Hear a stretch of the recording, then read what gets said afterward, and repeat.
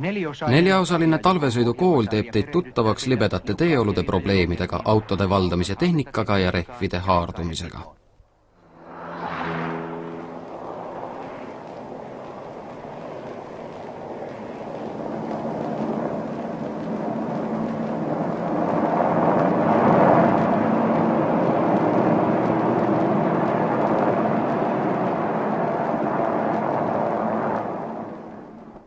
Sõiduki juhtimisest johtuvalt toimuvad olulised asjad auto all, mida me ei saa kunagi oma silmaga näha. Rehvi ja sõidude kokkupuute koht avaldab olulist mõju auto valdamisele. Juhtimisliigutused, mootori jõud ja pidurdamise aeglustav toime kanduvad ratta kaudu teele rehvi ja sõidude kokkupuute kohas.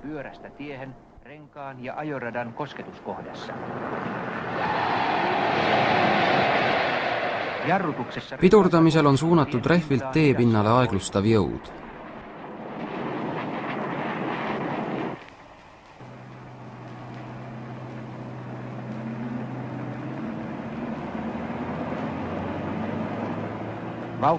Kiiruse suurenedes suundub mootori jõud rattas teele just selles puutepunktis.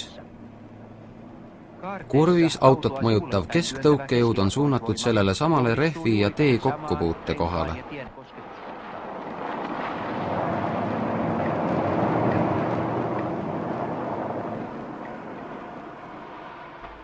Tavalise sõiduauto iga rehv surub teepinda 300 kilogrammi raskusega.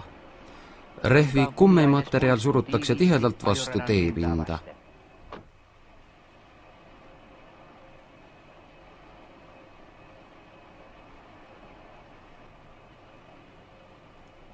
Igal hetkel puudutab teepinda vaid käelaba suurune osa rehvist.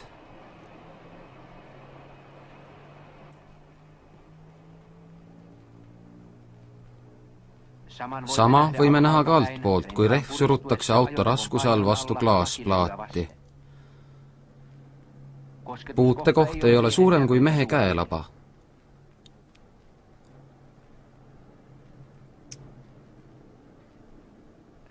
Rehvi ja tee kokkupuute koht paistab siin läbivalgustatud pildil tumeda laiguna.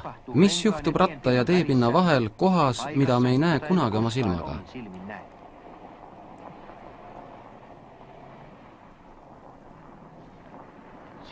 Siledanagi näiv asfalt on tegelikult väga kare. Lähivaatlemisel on asfaldi pinnal sügavaid õõnsusi ja teravaid konarusi.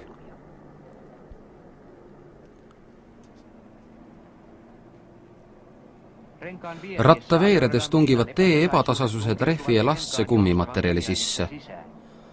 Kui kulumispind puutub takistamatult vastu kuiva teepinda, tekib rehvil haardumine.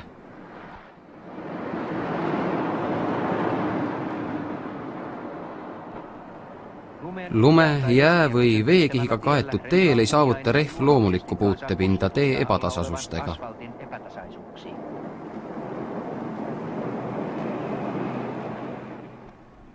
Kuivade teeoludega saavutatakse hea haardumine teepinnaga seetõttu, et teepinna konarused surutakse rehvi ja lassesse kummimaterjali. Haardumise suhtes on seega määrav hea nakkumine. Lähivaatusel on ka lume ja jääpind kare. Ka jääkonarused surutakse rehvi ja lasse kummimaterjali sisse. Pakaselistel teeoludel saavutatakse rahuldav haardumine, kui ainult ratas saab vabalt pöörelda ja talle ei suunata liiga äkilist jõudu.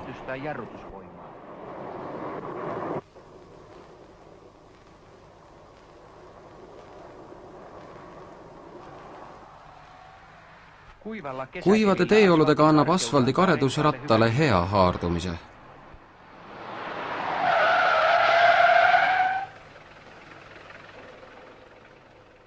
Kui rehvile suunatakse liiga suur hetkeline jõud, kaob haardumine, sest rehvi kummimaterjal kuumeneb tugevalt.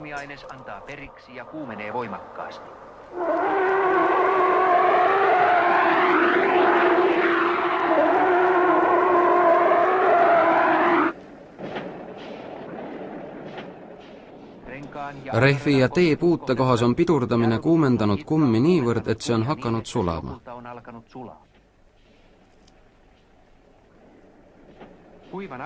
Kuiva asfaldi ja rehvi puutekohas on kulumispinna kummimaterjal see osa, mis annab järele.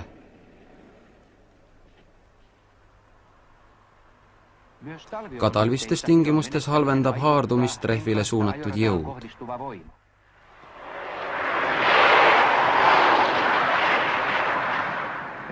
Tulenevalt rehvi pidurdamise jõust murdub jäise teepinna struktuur ja haardumine kaob. Jäise teepinnal rehv ei kulu, kuigi see soojeneb.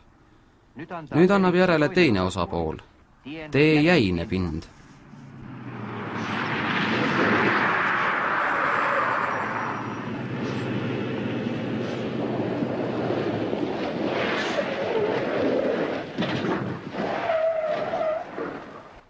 See 10-kordselt aeglustatud pilt näitab, kuidas pidurdushetkel murrab rehv pinnastruktuuri. Blokeerunud rehvi ja jäise lume puute kohas suureneb temperatuur ratta all hetkega nii palju, et jäine teepind sulab. Selline pidurdus on sooritatud 70 km/h kiirusega. Libiseva rehvi alapind paistab tumeda ja märjana.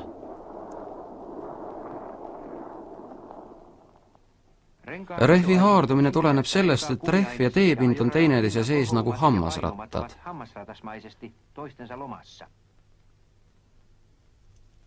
Talvel ei teki tihti rehvi ja asfaldi vahel haaret. Nende vahel on õrna struktuuriga lumi või jää. Jätkame suurendamist ratta ja tee puute kohas, rehvi all. Suure raskuse all tekib jääpinnal hetkega sulamine. Ratta all on olukord hetkeks samalaadne kui 0-kraadise veekihiga teepinna puhul.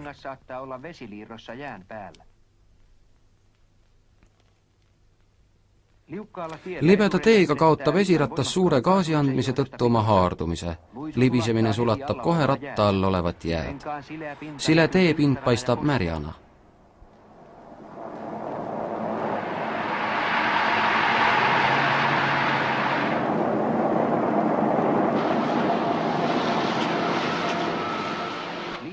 Liigse gaasi andmise tõttu poleerib rehv sulamise tõttu jääd. Libisemisse sattunud rehv on kaotanud ka külghaarde.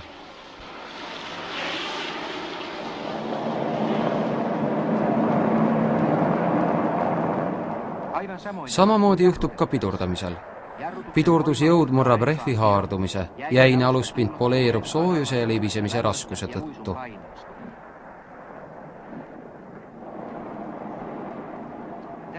Sellel mitmekordselt aeglustatud pildil näeme, kuidas esiratas kaotab haardumise pidurdamise tõttu. Tehnika abiga näeme silmapilku, kui ratas uuesti pöörleb. Äsjane pidurduskoht on selgelt tume ja märg. Talverehvi haardumine sõltub lumiste ja jäiste teeolude pidevalt muutuvast olukorrast. Et olukorra mõju saaks tasandada, parandatakse rehvide haardumist naastudega.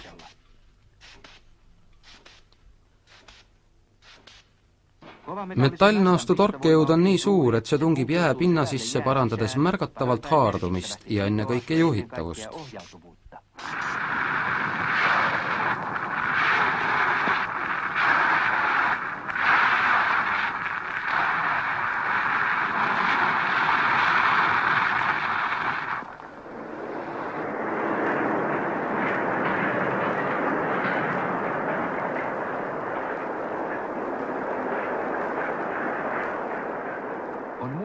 Peab meeles pidama, et naastrehvid ei lisa liiklusesse turvalisust. Kui haardumisega saavutatud turvalisus hävitatakse, tõstes sõidukiirust.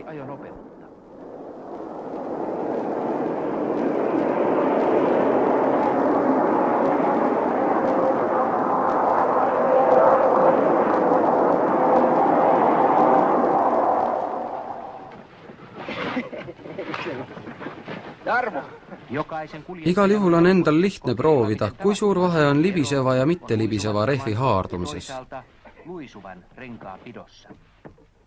Mitte libiseva rehvi kummimaterjali muster ja teepind saavutavad haardumisega vähesest karedusest. Mootori võimsusega murtakse haardumine ja lastakse ratas libisema. Liigse gaasi andmise tõttu on ratas oma pöörlemissuunas kasutanud kogu oma haarde lõpuni. Nüüd tal ei ole enam üldse järel haardumist külgsuuna jõule vastupanuks.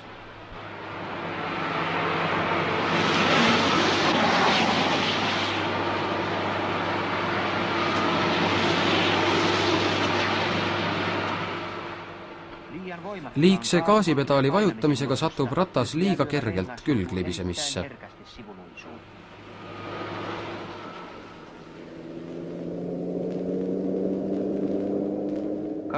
Lisaks gaasi lisamisele võib haarde kaotada ka pidurdamisega.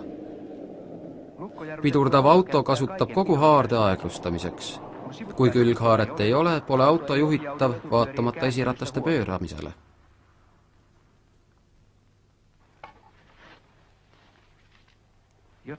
Et libiseva ja tavalise auto rataste erinevust oleks selgelt võimalik märgata, ühendame hetkeks esirataste pidurivoolikud auto pidurisüsteemist lahti. Järgmistes katsetes ei ole esiratastel üldse pidureid. Kui pidurit mõne sekundi pärast vajutatakse, jäävad esirattad pöörlema, aga tagarattad blokeeruvad pidurduse mõjul.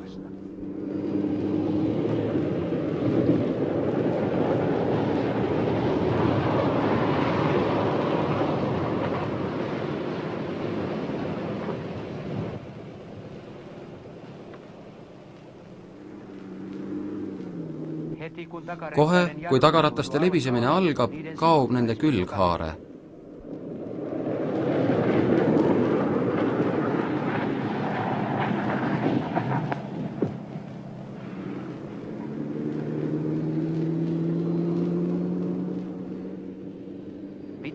Haarde kaotanud ratas satub hetkega külglibisemisse.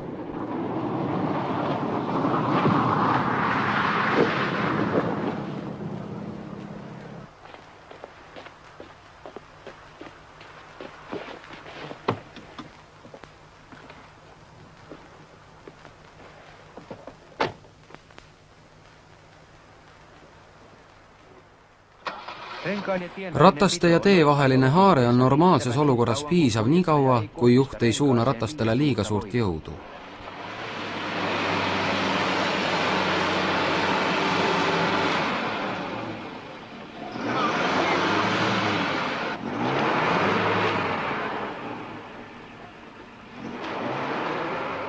Liiga tugev gaasi lisamine murrab haarde. Laseme gaasipedaali lahti ja vajutame siduri hetkeks alla. Jääpinna habras struktuur ei talu tugevat haaret. Laseme gaasipedaali lahti ja vajutame siduri hetkeks alla. Libisemine lõpeb ja haardumine taastub. Veel kord sama juhtum läbivalgustatud pildil.